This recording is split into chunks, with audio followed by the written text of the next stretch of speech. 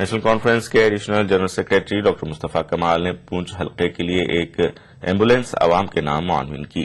इस मौके पर एमएलए पूंछ भी मौजूद थे।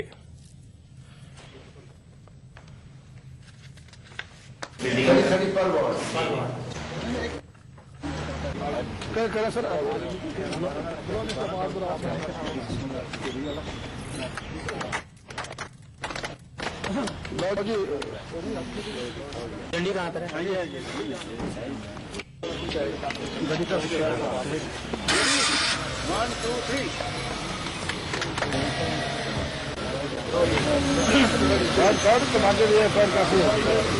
बिस्मिल्लाह करके खड़ी हो या ना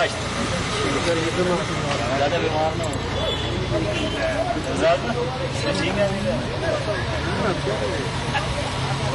अवॉइड करना चाहिए।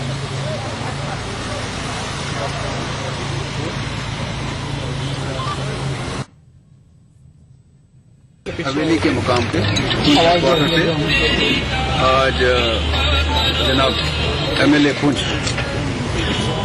एजाज अहमद जान साहब, इनकी मौजूदगी में मैंने और अपने हरबंस सिंह जी ने और रतनलाल जी ने 6 एम्बुलेंसें अवाम को नाम जान साहब ने अपने एमएलए फंड में से, इससे एम्बुलेंसेस की तादाद 11 हो जाती है और इससे इसका सारा जो कॉन्स्टिट्यूंसी है, हल्का इंतखाब है, वो एम्बुलेंसों के जरिए से कवर हो जाता है।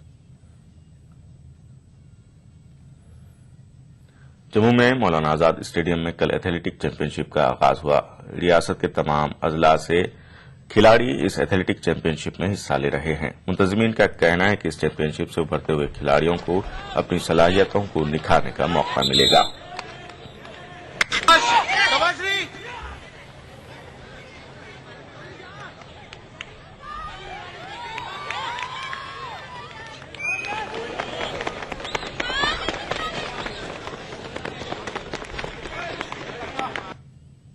फायदा यही है कि ये एसआरओ से एफिलेटेड है। अगर हम यहाँ पे गोल्ड मेडल लेंगे, ये स्टेट नेशनल चैंपियनशिप हो रही है, स्टेट चैंपियनशिप। अगर इसमें हम लोग ने गोल्ड मेडल लिया तो हमारा नेशनल में सिलेक्शन हो जाएगी और फिर इंशाल्लाह अगर उसमें भी हमें गोल्ड आ जाएगा तो हमारी जॉब लग सकती है। कोई भी मेडल, ब्रॉन्ज हो, सिल्वर हो, कोई भी, उसमें फिर हमें आगे हेल्प मिलती है। जो डिस्ट्रिक्ट चैंपियनशिप करवाई थी, उनके जो बच्चे सिलेक्ट हुए थे फर्स्ट, सेकंड, थर्ड, वो इधर स्टेट चैंपियनशिप में पार्टिसिपेट कर रहे हैं।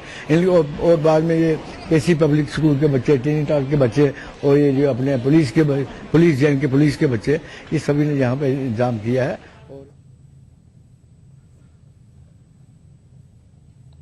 फौज ने ऑपरेशन सद्भावना के तहत किश्तवाड़ के तलबा के एक ग्रुप को बेंगलुरु समेत जनूबी हिंद के कई शहरों के टूर पर रवाना किया।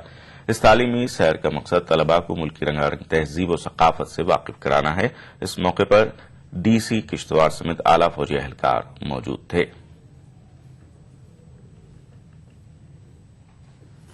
एस्टैब्लिश करेंगे जिस पे किश्तवाड़ से बाहर कदम रखेंगे तो आपको जगह जगह पे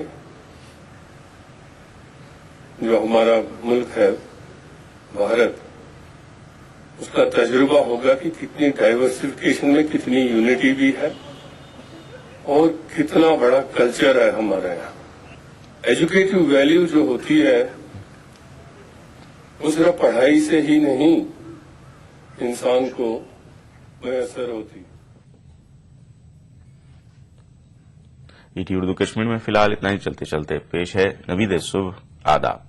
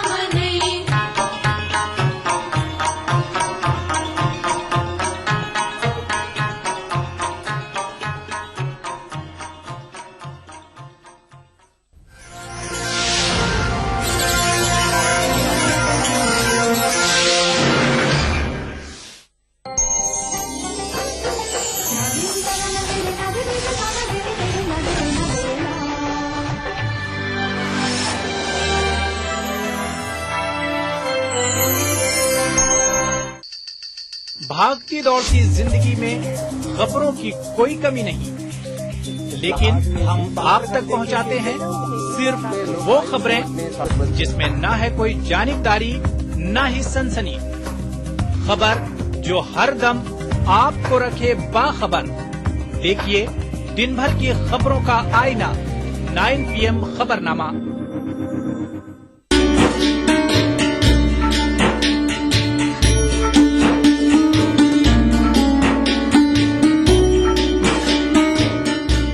लखनऊ में वाक़े दरगाह हजरत मखदूम शाह मीना रहमतुल्लाह अलैह की क्या है तारीखी अहमियत, देखिए प्रोग्राम बारगाहे अकीदत में।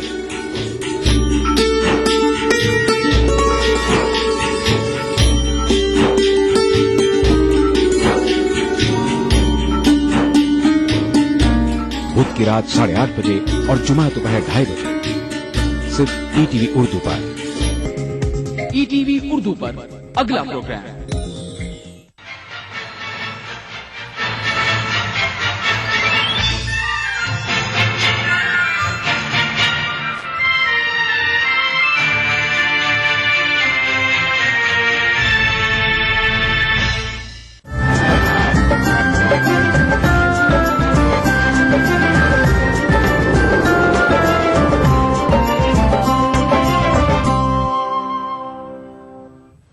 नाज़रीन आदाब, टीवी उर्दू न्यूज में आपका खैर मकदम है। आप देख रहे हैं खास बात। सबसे पहले नजर सुर्खियों पर।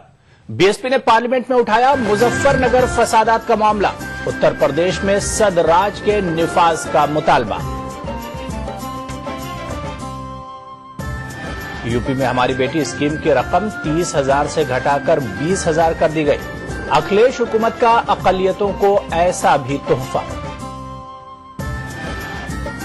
इस्दात फिरकावाराना तशद्दुद बिल को ममता बनर्जी ने बताया बेकार। फेसबुक पर ममता के तबसरे से दानिश्वर तबका हैरान। और मध्य प्रदेश के वोटरों ने पोलिंग के दौरान सबसे ज्यादा किया नोटा बटन का इस्तेमाल। कांग्रेस और बीजेपी को भी लगा नोटा का झटका।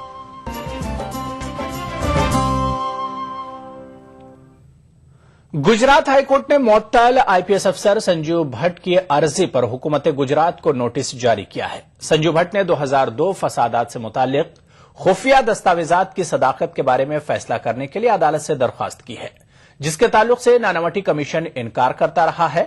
चीफ जस्टिस भास्कर भट्टाचार्य और जस्टिस जेबी पड्डीवाला पर मुश्तमिल हाईकोर्ट की बेंच ने इस सिलसिले में हुकूमत को नोटिस जारी किया और मामले की अगली समाअत 15 दिनों के बाद करने का फैसला किया।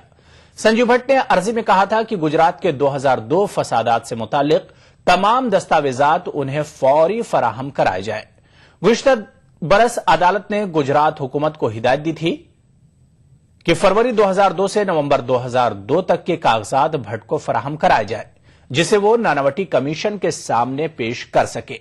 संजीव भट्ट के जरिए ये दस्तावेजात गुजरात फसादात में कुछ हुक्काम के मुबैना रोल से मुतालिक हलफनामा दाखिल करने की गरज से तलब किए जा रहे हैं।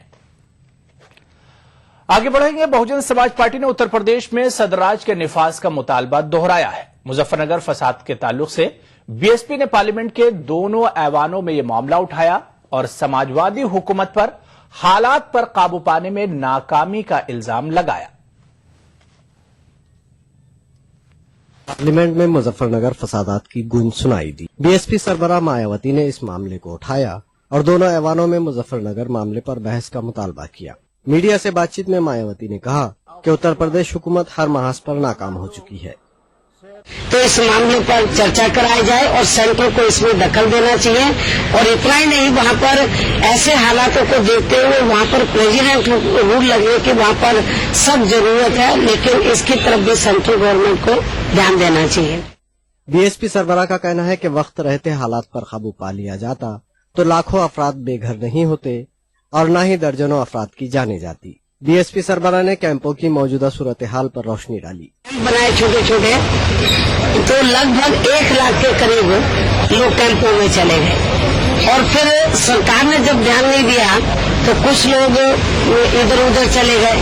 तो आज भी वहाँ पर कैंपों में जो पीड़ित लोग हैं शिविर में, तो आज भी लगभग 60-70 हजार से कम लोग नहीं हैं। मायावती के मुताबिक कैंपों में रहने वाले हजारों पनाहगुजीनों का कोई पुरसाने हाल नहीं है। उन्हें तिब्बी इमदाद और बुनियादी सहूलतें नहीं मिल रही है, जिसके नतीजे में 50 मासूम बच्चे हलाक हो गए। खास तौर से जो मेडिकल एड देने चाहिए वो भी उधर नहीं दी, जिसकी वजह से वहाँ पर जो केवल शिविर में लोग रह रहे हैं, जो पीड़ित लोग हैं, तो उनके लगभग अभी तक केवल शिविरों में रहने वाले लोग जो कैंपों में तो 50 के करीब बच्चे वो मर गए। ये बड़ी दुखद घटना है।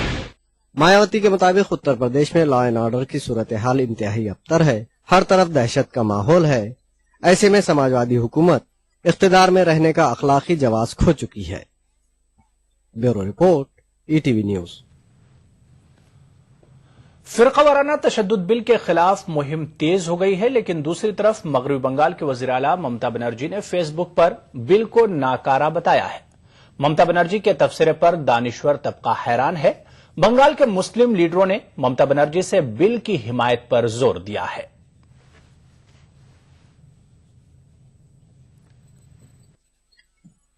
इंसदादे फिरका वाराना तशद्दुद बिल इन दिनों मुल्क का अहम मौजू है।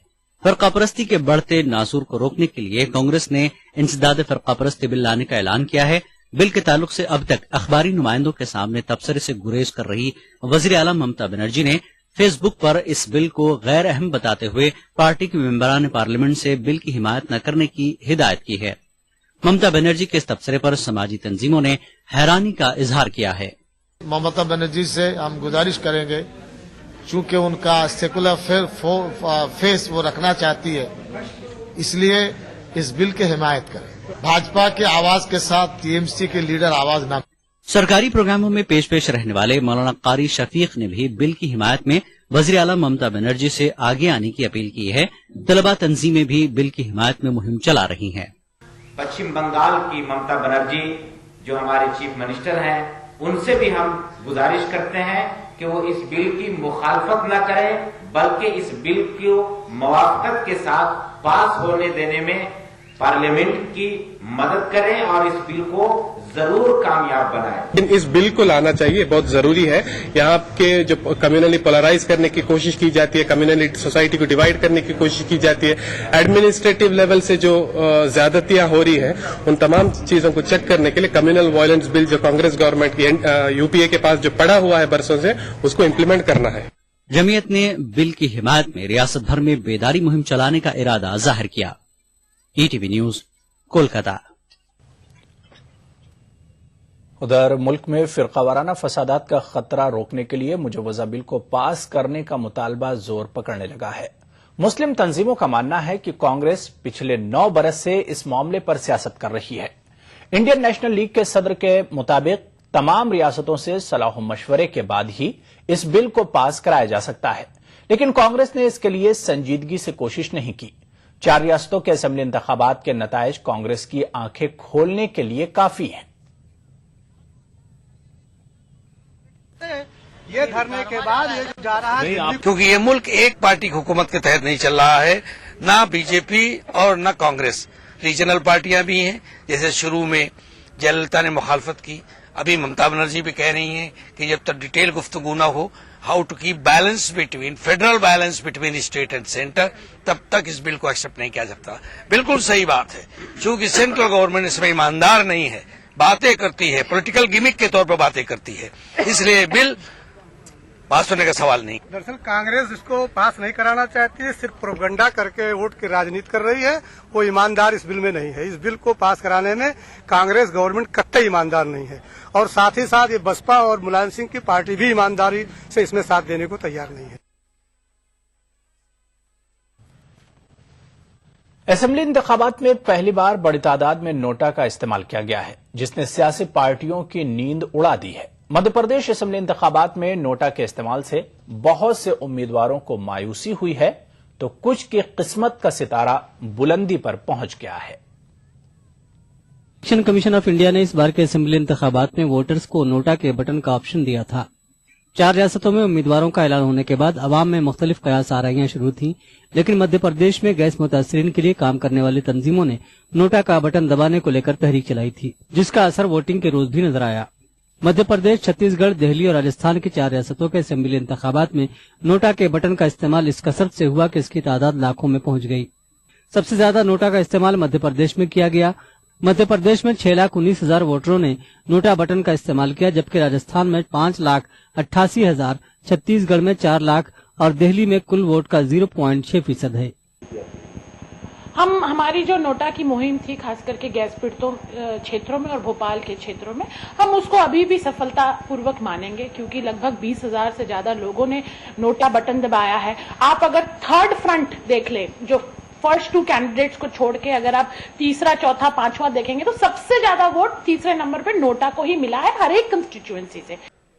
तकरीबन 41 सीटों को तो मुतासिर किया है उसने, और ये नोटा जो है, ये इसका इंट्रोडक्शन बहुत अच्छी बात है। दिलचस्प बात यह है कि मध्य प्रदेश में नोटा के बटन के इस्तेमाल से इंतखाबात में बड़ी तब्दीली देखने को मिली। नोटा बटन के इस्तेमाल से मध्य प्रदेश में कांग्रेस को 41 सीटों का नुकसान हुआ और बीजेपी ने जो कामयाबी हासिल की उसमें 22 सीटें ऐसी हैं जिसमें उसके उम्मीदवारों की जीत के वोट का तनासुब नोटा के वोट से कम है।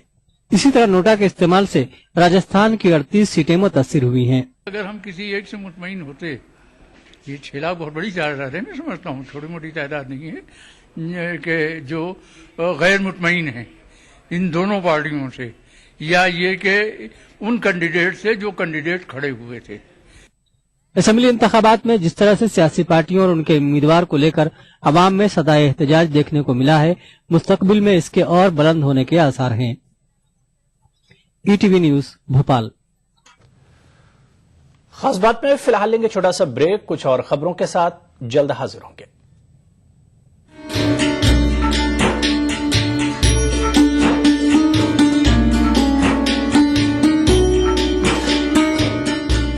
लखनऊ में वाक़ दरगाह हजरत मखदूम शाह मीना रहमतुल्लाह अलैह की क्या है तारीखी अहमियत, देखिए प्रोग्राम बारगाह अकीदत में।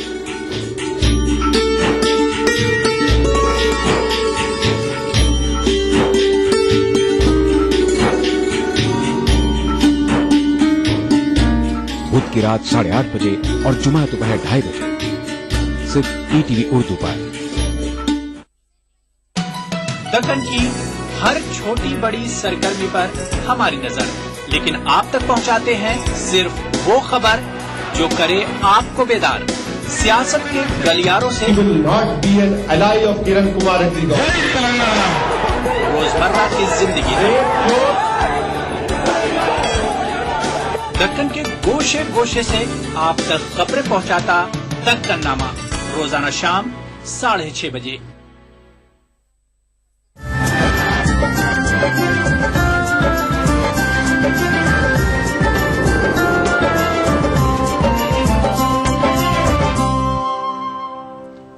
राजस्थान असेंबली इंतखाबात 2013 ने सूबे की मुस्लिम लीडरशिप पर सवालिया निशान लगा दिया है। कांग्रेस ने 10 मुस्लिम उम्मीदवार खड़े किए थे, जिनमें से एक को भी कामयाबी नहीं मिली, जबकि बीजेपी के 4 में से 2 उम्मीदवारों को कामयाबी मिली है। सियासी दानिशोरों का मानना है कि मुसलमानों को अपनी लीडरशिप खड़ी करनी चाहिए।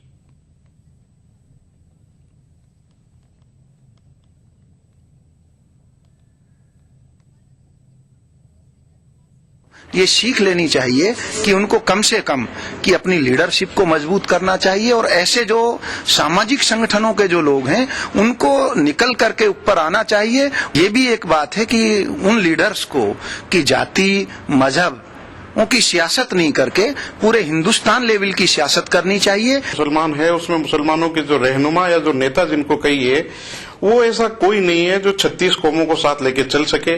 तमाम जो मिल्कियत, तमाम जो नागरिक हैं, तमाम जो लोग हैं, उनकी भला करे, उनकी फलाह बहबूदी के लिए सोचे और उन सबको साथ लेके चले।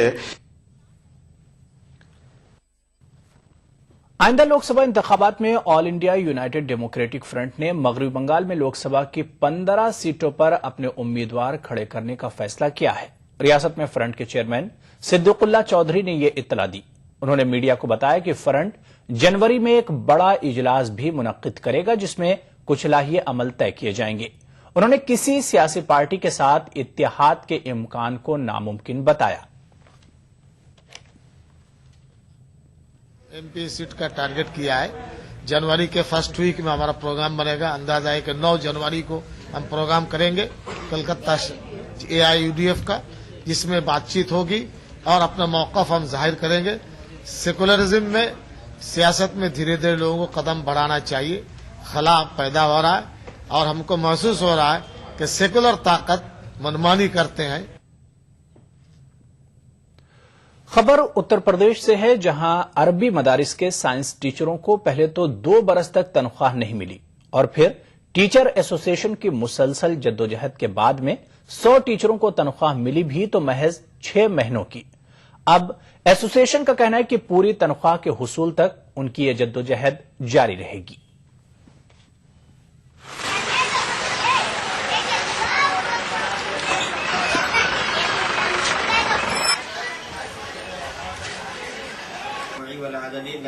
टीचर्स एसोसिएशन मदारसे अरबिया ने सोनिया गांधी से भी मुलाकात की थी और मुलाकात करके मुतालबा किया था कि 2 साल से मुतवातिर साइंस टीचरों की तनख्वाहें बाकी हैं, उन्हें तनख्वाहें जल्द से जल्द दी जाएं।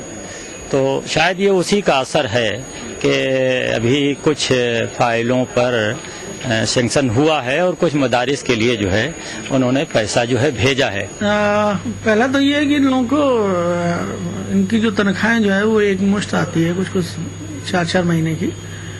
तो अभी हम लोगों को जो बजट मिला था वो 12-13 के लिए था 25 मदरसों में, जिसमें 102 टीचर थे, सबका भुगतान कर दिया गया। लेकिन ये फंड एलोकेशन जो है भारत सरकार की चूंकि योजना है तो वहीं से होता है। अब किस तरीके से होता है या वित्त विभाग कैसे प्रदेश को जाता है ये आता है, ये तो समस्या उनकी है। उधर उत्तर प्रदेश में मुस्लिम बच्चियों के लिए हुकूमत की स्कीम हमारी बेटी इसका कल के तहत दिए जाने वाले 30,000 रुपये की एक मुश्त रकम में तखफीफ कर दी गई है। अक़लियती उमूर से वाबस्ता अफसरान का कहना है कि अब मुस्लिम बच्चियों को 30,000 रुपये के बजाय सिर्फ 20,000 रुपये दिए जाएंगे। इसके अलावा इस स्कीम से फायदा उठाने वाली बच्चियों के लिए नई शराइत में भी इजाफा किया गया है। उसमें 30,000 के स्थान पे जो है ये धनराशि 20,000 कर दी गई है और उसमें कुछ शर्तें में भी परिवर्तन किया गया है। जैसे ये कि उसने पहली बार हाई स्कूल किया, इससे पहले हाई स्कूल ना किया हो। और दूसरी शर्त ये है कि पहले इसमें अविवाहित को ही पहले लाभ मिलेगा। तीसरी शर्त यह है कि अब उनको एक स्टाम्प पेपर पे एक एफिडेविट देना पड़ेगा 10 रुपए के स्टाम्प पे कि उन्होंने जो है पहले कभी हाई स्कूल नहीं किया हो। एक प्रारूप ये भी है जी। झारखंड के वजीर बराए अक़लियती फलाह हाजी हुसैन अंसारी ने कहा है कि MSDP स्कीम के तहत रियासत के अक़लियती अक्सरियत वाले ब्लॉकों में रिहायशी स्कूलों के क़याम की तजवीज़ हुकूमत को पेश की जाएगी। उनका कहना है कि कस्तूरबा गांधी कन्या रेजिडेंशियल स्कूल की तर्ज पर रिहायशी स्कूल का क़याम जरूरी है।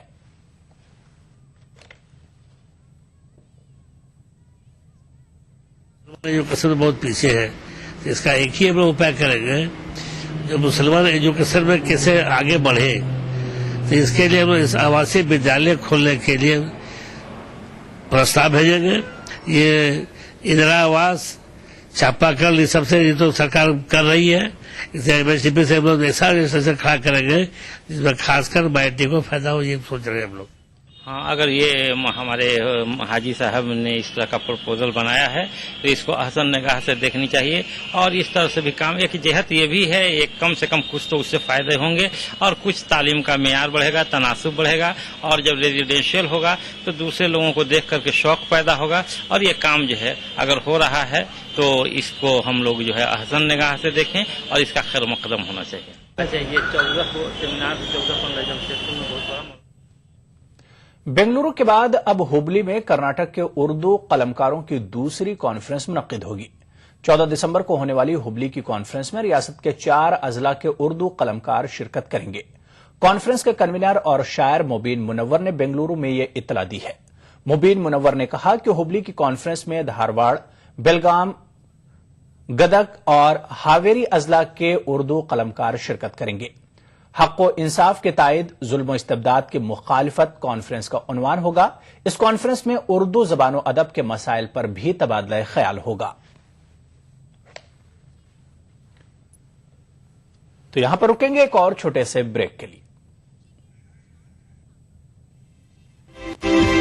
दुनिया अपडेट खबरों का नया और अनूठा शो, जिसमें हम आपको दिखाएंगे दुनिया की अहम खबरें और करेंगे उनका तज्जिया। जानेंगे दुनिया की अहम घटनाओं का भारत पर क्या होगा असर। दिखाएंगे ग्लैमर जगत का हाल और तेज खबरों में देखेंगे क्या कुछ हुआ पूरी दुनिया में बीते हफ्ते के दौरान। तो देखना न भूले दुनिया अपडेट हर रविवार शाम 6 बजे ETV उर्दू पर।